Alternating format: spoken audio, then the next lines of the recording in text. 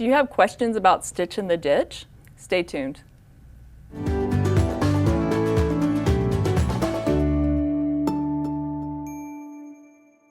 Welcome to Handi Quilter Watch and Learn. I'm Christina Whitney. And I'm Kim Sandberg.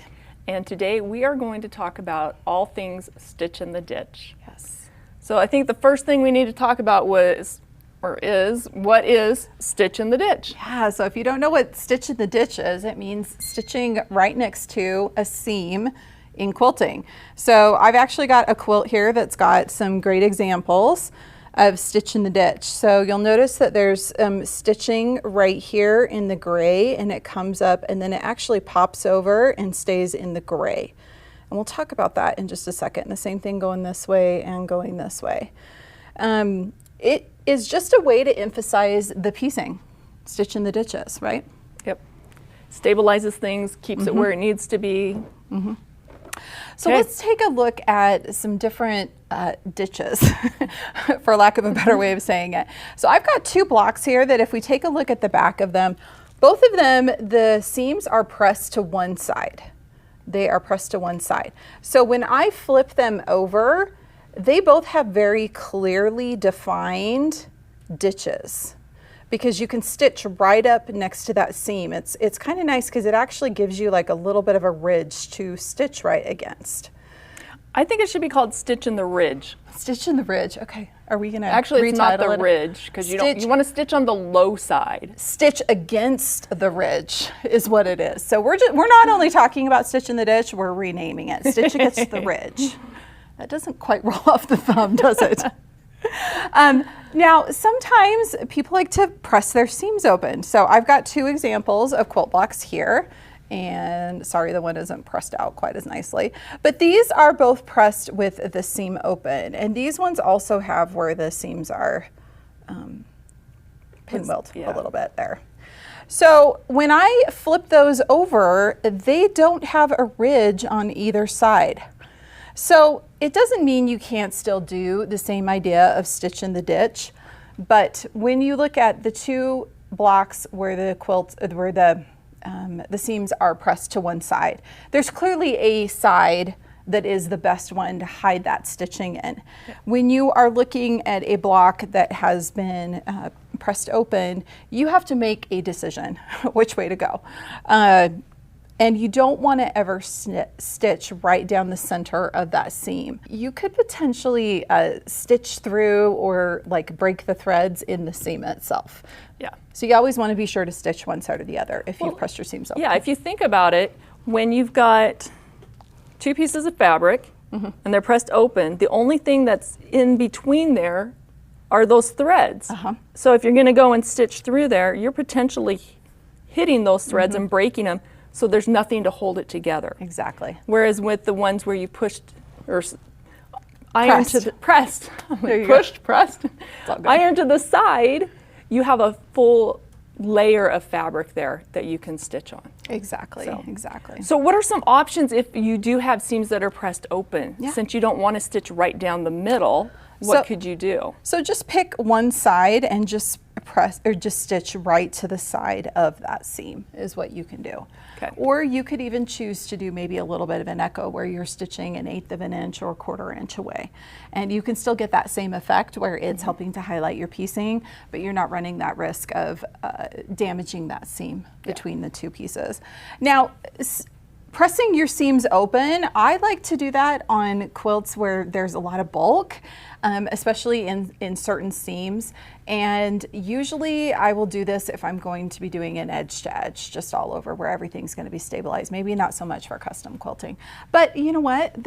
I just want everyone to understand, I am not saying there's a right or wrong way to do this. You can do Stitch in the Ditch with either one of these.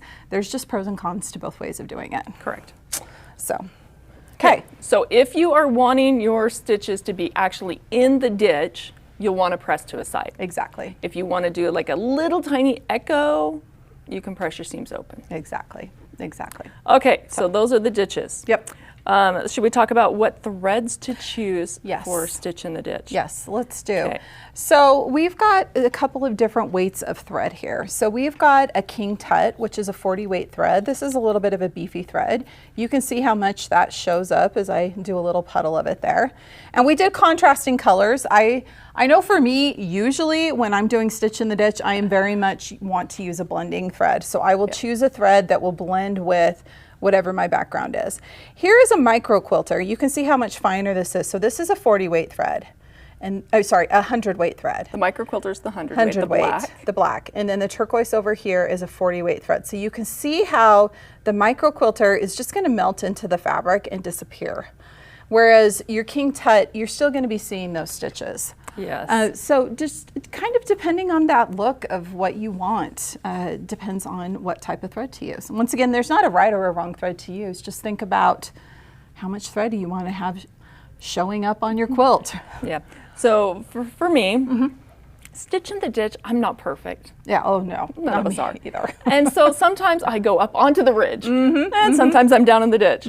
So I like to pick, like if the two colors of fabric are different, I like to pick the lighter color to blend my thread to.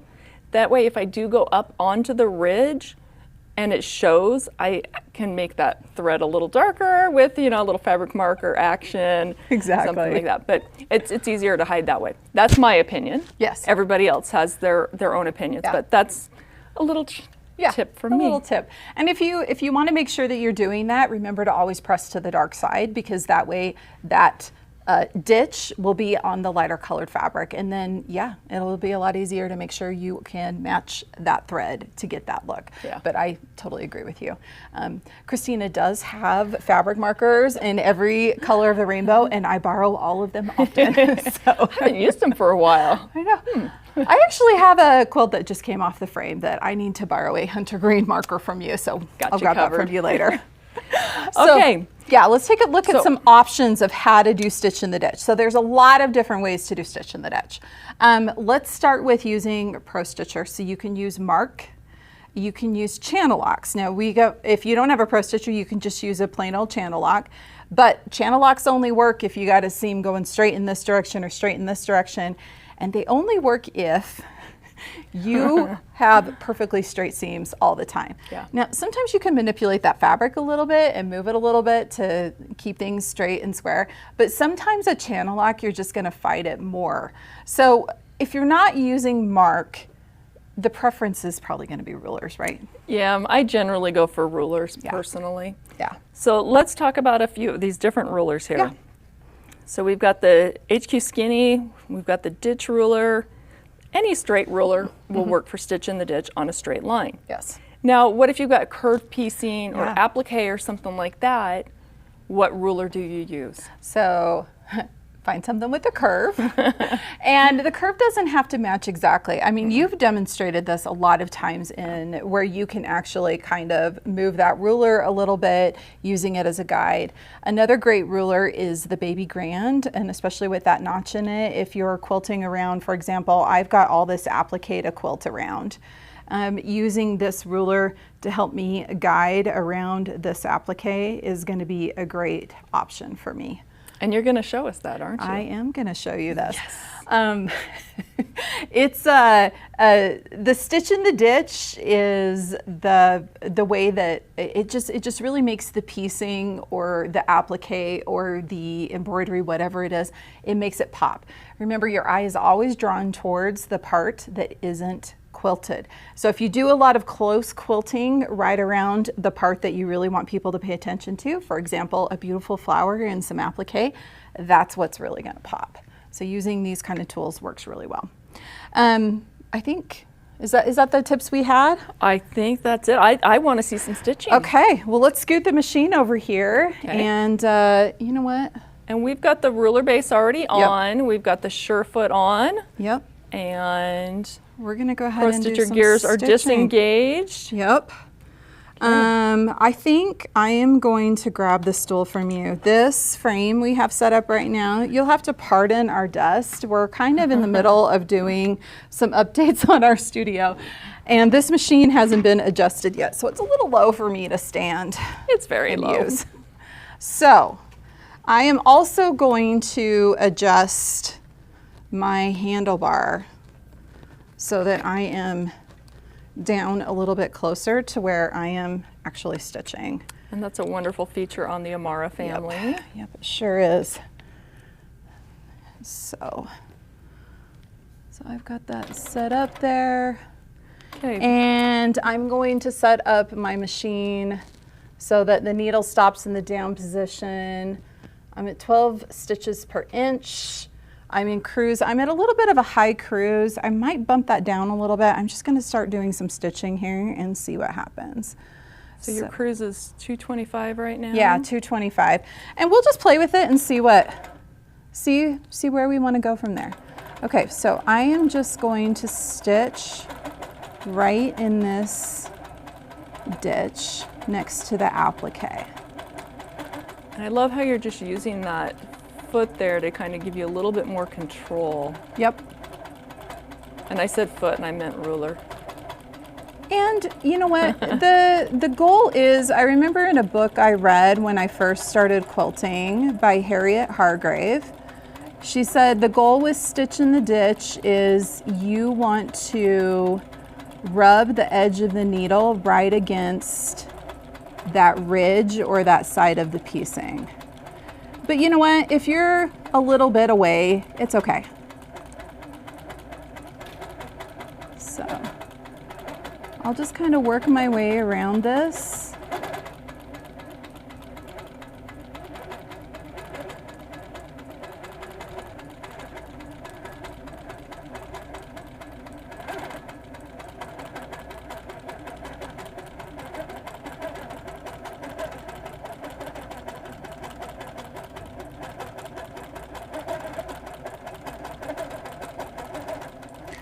Okay, and I think that's a good place to stop. But you can see there how I'm already getting a lot of loft and how that is just making this part of the quilting really pop and become more prominent. I'm gonna do some fun background fills, which we'll do in the next video. But I wanna show you some tips for Stitch in the Ditch here along this edge here. So I am going to just pop my thread up and pull it over. And I wanted to use the ditch ruler. So I wanted to show everybody how to use this because this is a ruler that I think some people look at it and they're a little like, oh my gosh, what do I do with this ruler? So these two little knobs right here, you line up with the edge of where you want to stitch because your stitch line is going to go from the edge of this to the edge of this to the two little knobs here. So I'm going to bring... Before you stitch, can you show us how you're figuring out which side your ditch is on? Okay, so if you look here, if I go like this, get in here real yeah, close get in here real close. If you go like this, I can take my thumbnail and you can see that there's a little bit of a ridge right there against my fabric. Now, if you notice, I've actually got this seam right here. If you notice, there's no ridge on this seam. This is a seam that is pressed open. And I do want to do Stitch in the Ditch here. So what I'm gonna do is stop for a second and think, okay, which side do I want to stitch on? Well, I'm using like a lighter, like beigey colored thread, and I know that that will just blend right into this blue, so I'm gonna do it across that blue. So I'm gonna come up here, stitch across. I will come down here and you can see how I do it just to the side of that seam because I'm stitching across where the seam is open. And then I will continue doing the ditch on this side and working my way up through here. Okay. So we'll just show you a little bit of how to do this. And I'm gonna line up so that I'm hitting my ditch here. These little knobs right here are lined up right against, they're butted right up against the edge of that fabric. And then I'm getting that perfect stitch in the ditch. We're gonna come up to that little corner there. Now I'm going to turn and I'm going to line up that edge just on the outside so that I am stitching in the blue and not actually in the ditch. I'm going to scoot that out a little bit, keeping it lined up. And then I'm going to turn and keep stitching up this way. Lining up those edges right along there so that I am just landing right in the ditch. So for this particular piece, the ditch is on the darker fabric and the ridge is on the white side. Yep. And I will stop and adjust a little bit here, and then we'll take a look at that seam, and you're gonna see, I'll point out something here. I'll go ahead and do up to there. And let me pop this up so it's out of the way so we can take a closer look here. Now, if you look here, if I pull this apart a little bit, you can see the stitching there inside the ditch. But when I let it just pop back, because I used a lighter blending thread, even though it is a lighter color, it just disappears because I did get that stitching right up next to that ditch, right in the ditch. So you can get away with using a color thread that doesn't necessarily blend with every single color if you're staying right in there.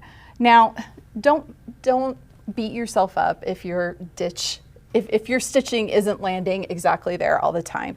I am moving super slow right now, and I'm really taking a lot of care. My normal quilting is probably not quite that accurate.